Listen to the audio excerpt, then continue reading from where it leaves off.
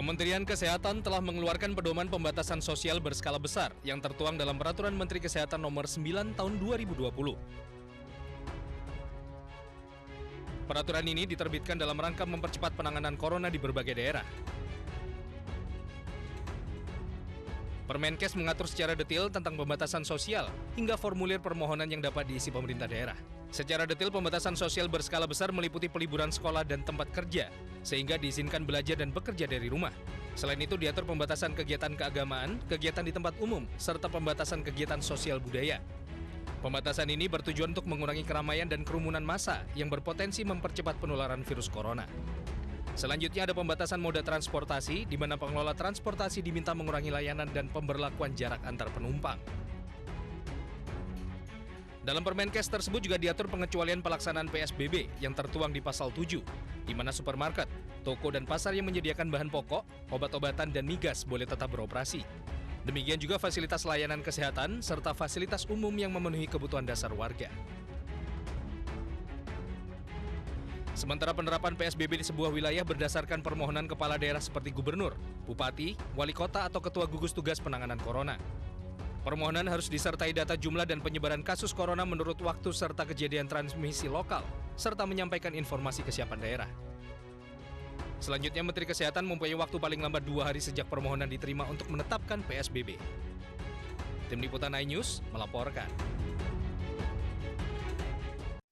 Dan pemirsa, bagaimana efektivitas PSBB dan sebenarnya apa bedanya dengan pembatasan yang sudah diterapkan selama kurang lebih 3 minggu terakhir? Kita akan membahasnya bersama pakar hukum tata negara, Profesor Juanda. Selamat sore, Prof. Sore, Assalamualaikum. Dan waalaikumsalam warahmatullahi wabarakatuh. Dan juga telah terhubung bersama kami Gubernur Jawa Tengah Ganjar Pranowo. Kemudian ada Dr. Pandu Riono, ahli epidemiologi Fakultas Kesehatan Masyarakat UI, serta Sekjen Kementerian Kesehatan Oscar Primadi melalui sambungan telepon. Saya ke Pak Oscar dulu. Kami meminta penjelasan Pak Oscar, seperti apa sih Pak mekanisme pengajuan PSBB dari daerah ke pusat ini, Pak? Ya, hanya tentang dari kepala daerah ya, baik dari gubernur, dari wali kota, dari bupati, yang kemudian dari usulan-usulan tadi memang harus dilengkapi dengan data-data. Data dukung ini diperlukan dari sisi bukti epidemiologis, misalnya peningkatan jumlah kasus menurut waktu, peta penyebarannya menurut waktu, kemudian transmisi lokalnya bagaimana, dan tentunya hal-hal yang berkenaan dengan kesiapan daerah. Sekali lagi, ini bukan persoalan birokratis,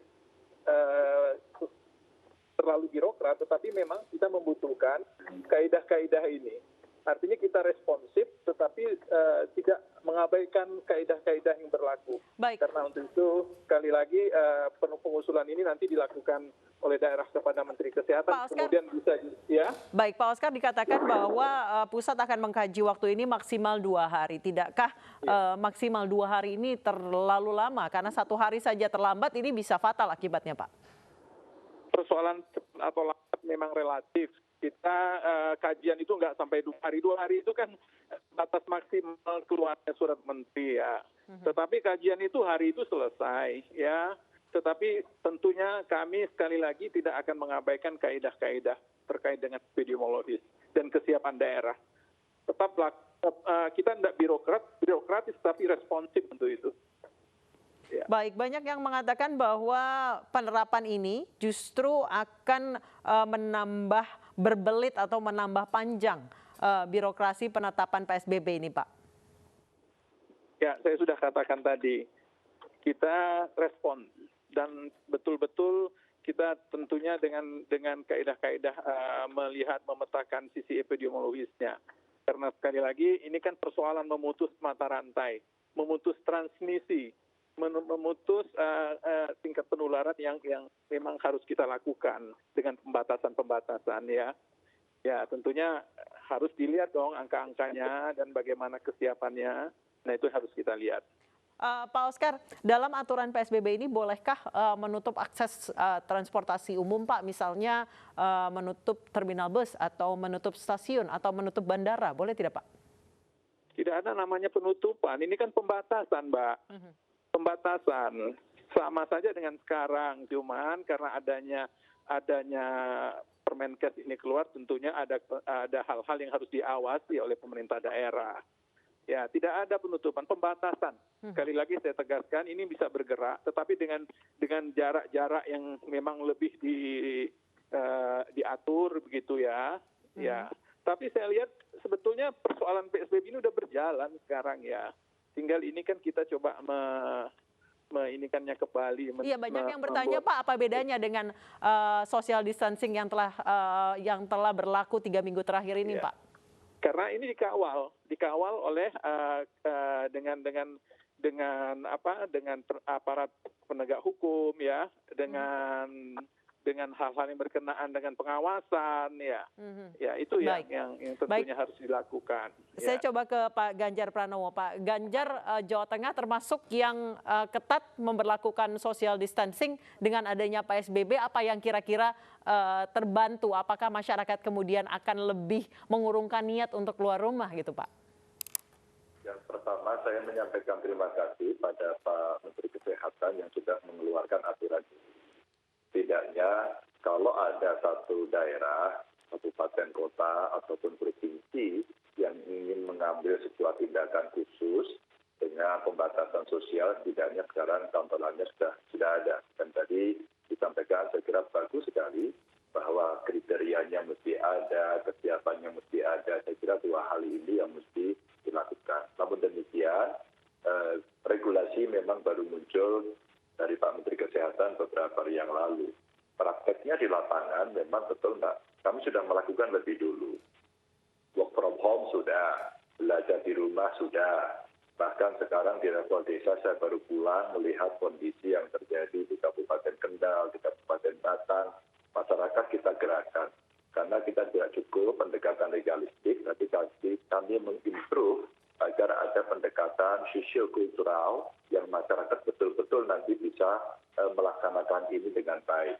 Saya melihat tadi di satu desa di ujung gunung di desa terakhir di Kabupaten Batang tadi, itu luar biasa karena dia bisa mengisolasi diri warganya yang baru pulang dari Jakarta sudah 7 hari, dibiayai oleh dana desa dan sebagainya. Namun kalau ini konteksnya ingin agar social distancing atau physical distancing dilaksanakan, saya kira kita yang pelaksana di daerah ini tinggal effortnya saja yang ditambah. Karena yang terakhir ini memang tidak mudah. Orang masih menimbang ketentuan-ketentuan ini dengan pelaksanaannya umpama. Kalau kami tegaskan pasarnya bubar apa enggak? Bagaimana supply logistik yang mesti disiapkan? Kami sebenarnya lebih menyiapkan kondisi-kondisi itu agar bisa tetap berjalan, kebutuhan-kebutuhan pokok ini tersuplai dengan baik. Jadi sebenarnya hampir sebagian besar dari ketentuan Permenkes kita sudah laksanakan, tapi setidaknya daerah yang masih kebingungan punya guidance ini. Kami punya satu contoh yang di Kota Tegal yang tempoh hari cukup ramai, akhirnya memang menjadi pro dan kontra, karena mungkin ketidaksiapan yang tadi disampaikan oleh Pak Sekjen bahwa kalau kamu membuat sebuah pembatasan dan kamu tidak menyiapkan, maka risiko itu akan muncul. Nah, risiko ini yang kemudian mesti kita perhitungkan dengan baik.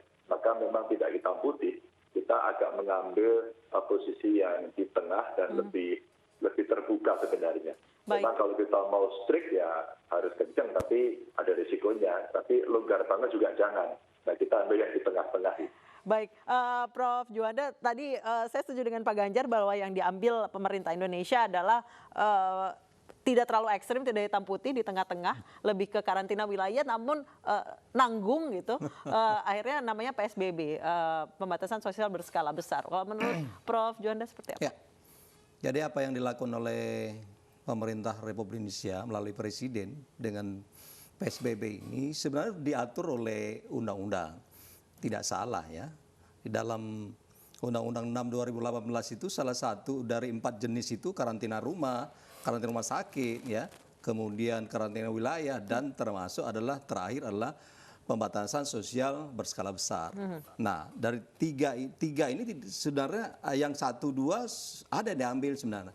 Tapi misalnya karantina rumah, berarti di rumah itu yang dikarantina. Tetapi pilihan yang keempat ini adalah ini yang terbaik menurut pemerintah karena tidak banyak menanggung risiko, tetapi penanggulan pencegahan COVID ini tetap berjalan. Salah satunya saya melihat ini beratnya kalau kita misalnya katakanlah melakukan karantina wilayah, itu adalah persoalan-persoalan ekonomi, bebannya sangat berat ditanggung oleh pemerintah. Seperti misalnya di satu wilayah itu kalau karantina wilayah maka ditanggung oleh pemerintah, baik makan segala macam. Tapi kalau PSBB ini adalah tidak ada persoalan penanggungan tentang atau beban kepada pemerintah terhadap katakanlah dengan tindakan PSBB ini melalui peraturan pemerintah. Sebenarnya peraturan pemerintah ini adalah penegasan saja bahwa ini kebijakan pemerintah dalam rangka menanggulangi corona ini. Nah, sebenarnya ini memang kelihatannya tidak ada beda dengan apa yang diatur dalam undang-undang. Sebenarnya sebelum ada PP ini, pemerintah sudah mengambil tindakan, menghimbau bahwa sekolah diliburkan, terus kemudian tapi dengan PSBB ini berarti petugas atau aparat ini bisa melakukan tindakan yang lebih tegas gitu. Nah, jadi sebenarnya tanpa PP ini sebenarnya dengan undang-undang bisa dilakukan. Sebelum ini juga bisa karena undang-undang itu kalau tidak dikatakan tidak berlaku berarti dia tidak bisa dikatakan demikian. Undang-undang itu sudah berlaku.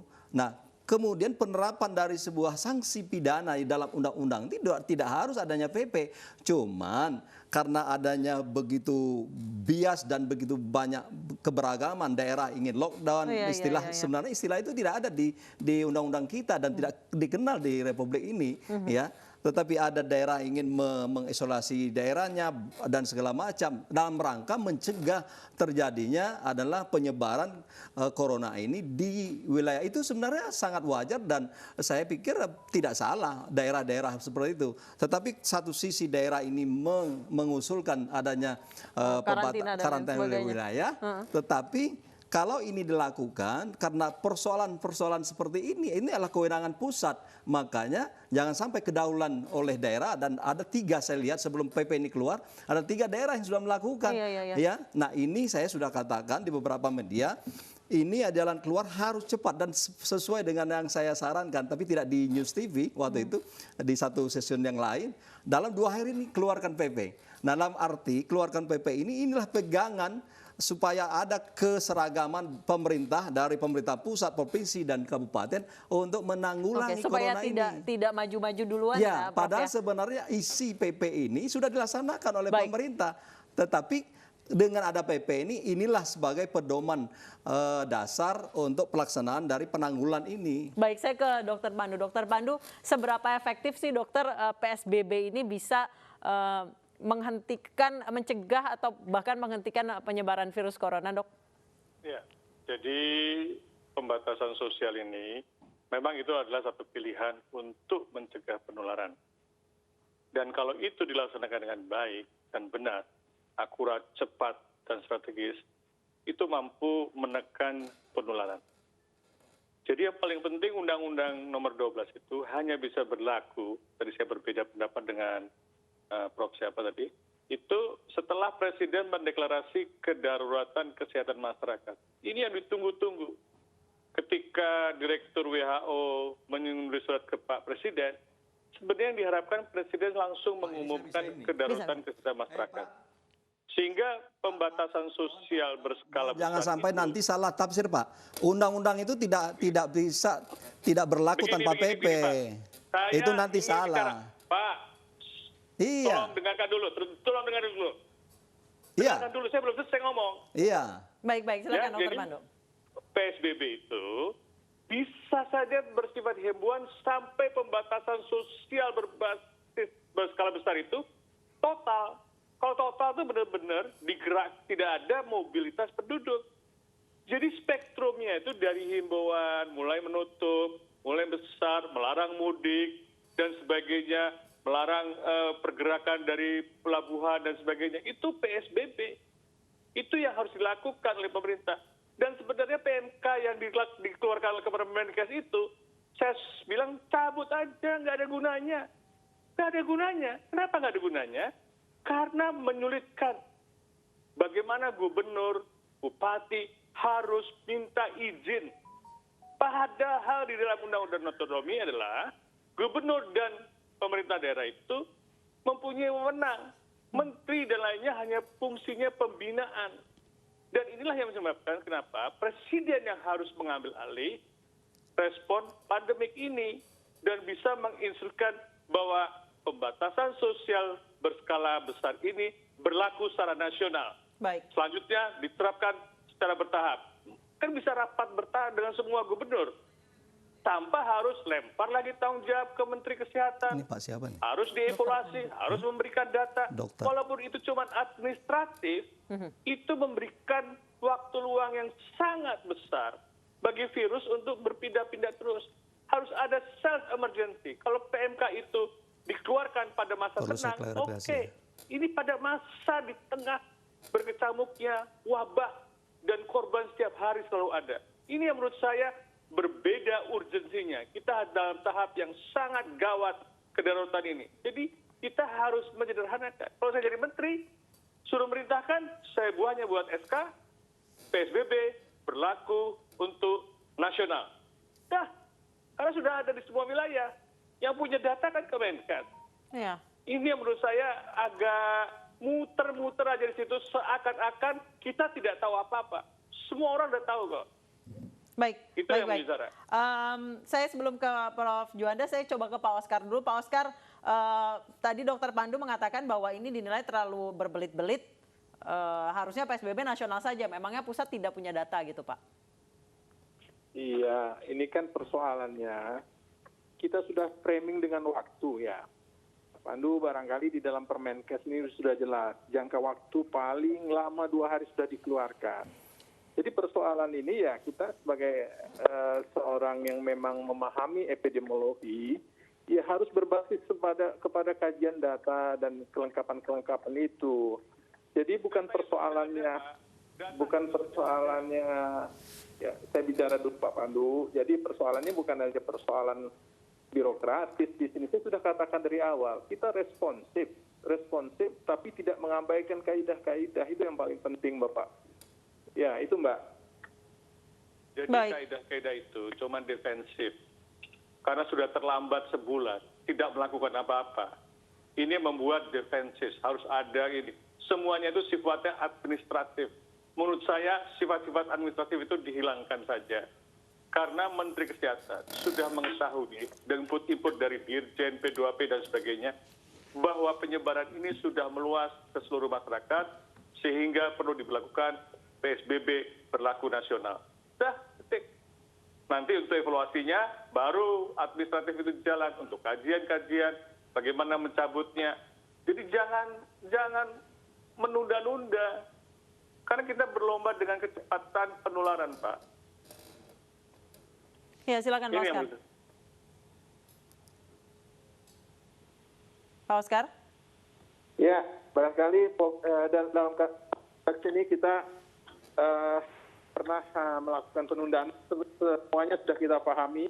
Himbauan pemerintah sebenarnya sudah bergerak dengan kecepatan yang sama, tetapi dengan PSBB ini kita lebih menstrukturkan semua peran, ya.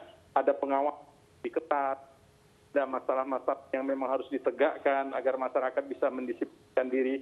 Nah, PSBB ini hadir. Jadi persoalan yang dikatakan terlambat itu tidak. Kami juga sudah bergerak dengan begitu cepatnya. Ada gugus tugas yang betul Baik. sektoral kita bersama-sama. Baik, Ya. Bapak-Bapak kita tahan dulu. Nanti saya juga akan bertanya ke Profesor Juanda, apakah perlu birokrasi yang tadi menurut Dr. Pandu sedemikian jelimetnya hingga menunda-nunda pembatasan aktivitas sosial masyarakat ini. Kita akan bahas kembali usai jeda berikut.